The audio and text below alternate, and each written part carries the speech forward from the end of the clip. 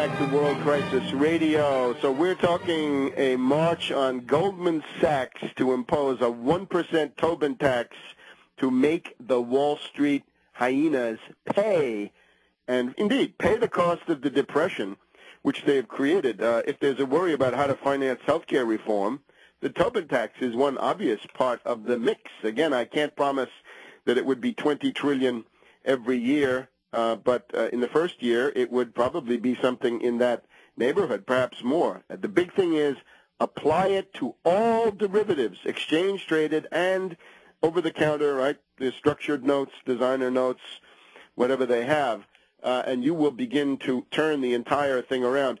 The other aspect of this is since Wall Street speculation is the only thing that is not taxed in a world in which everything else is overtaxed, this amounts to favored treatment. It's an encouragement. It's basically a subsidy for what you don't want. You're subsidizing speculation, which is destructive to society.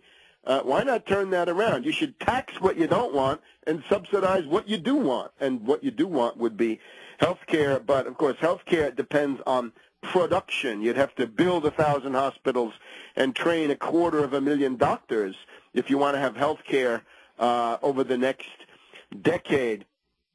There are some anti-war protests here. The Women's International League for Peace and Freedom, they're going with October 2009, a month of anti-war protests as a result of the 8th anniversary of the lunatic invasion of Afghanistan by Mad Dog Bush in the wake of 9/11. And they're going with October 17th as a day of mass rallies, marches, coordinated local and regional demonstrations. Now, this may be isolated, but at least it has the elementary sanity of picking a Saturday, October 17th, a day when people might be able to come to it, rather than some of these other demos, which are put on days like the 5th and 6th of October, which are Monday and Tuesday, when you can be damn sure that nobody will be able to come.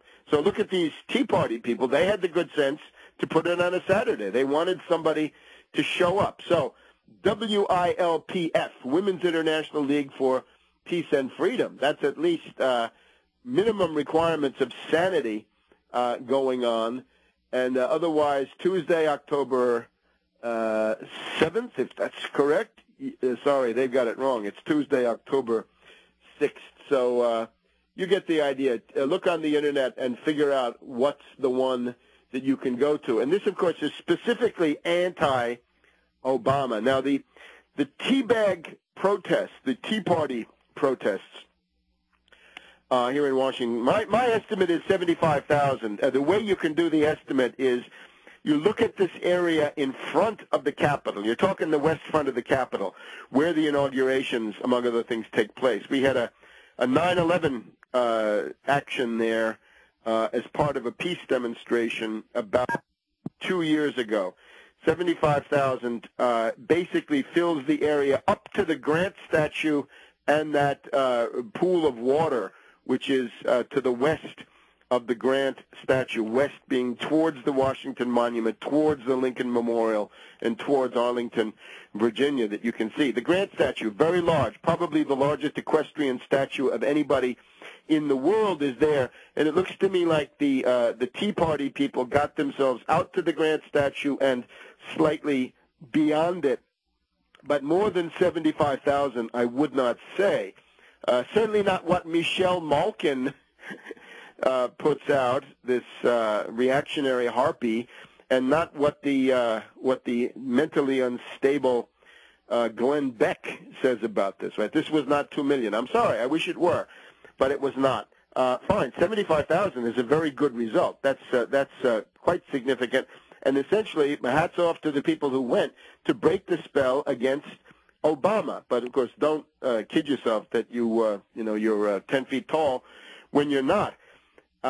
Look at who ran it, though. This was pure corporate Republican lobbyists, public relations firms, and others. If you look at the list of the speakers, and I think I watched almost all of them, there were no Democrats. You'd think they would have gotten Puma Democrats in there, anti-Obama Democrats who might have been pro-Hillary, but certainly anti-Obama. They could have had somebody from No Quarter USA, right, the Larry Johnson website. They could have had any number of Puma websites. No Democrats, no Pumas. There was not even any Ron Paul, right? You think they'd invite Ron Paul or somebody from that neck of the woods? No, they did talk about auditing the Fed at one point, but nothing about Ron Paul. There were no official libertarians, no official Constitution Party, any of the other groups that might have been there. No. This was pure corporate GOP. The Grover Norquist gang, the anti-tax extremists, were there in significant force.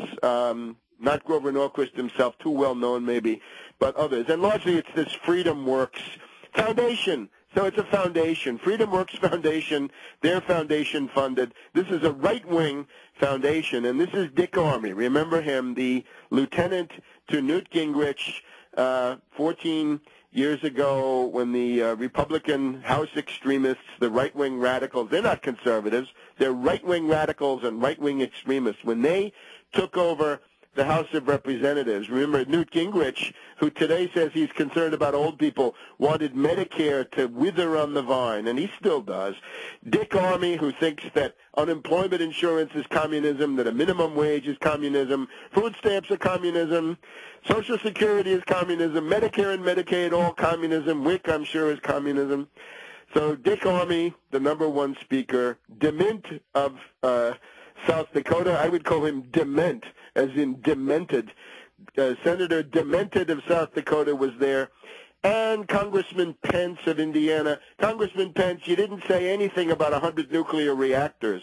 The way to save the Republican Party, if you want to have one, is to make it the party of heavy industry, modern, high technology, high capital intensity, high energy density, high wage modern industry. That would be a reasonable platform, but it's not. That's not what they're going with.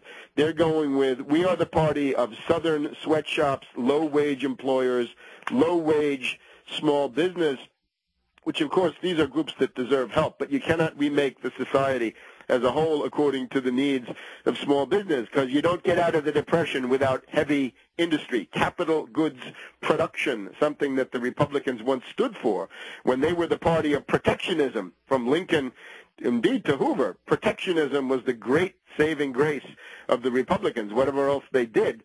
The highest protective tariffs ever under Republican presidents, and all to the good. But not anymore. Now it's free trade and sweatshops and the rest of this. So that's basically a blind alley in terms of the future of the United States. The Tobin tax turns the tables and gives it something positive, because remember, the rule of thumb is if you're not fighting bankers, you're wasting your time and you're spinning your wheels. Now, let's shift gears and look at Afghanistan.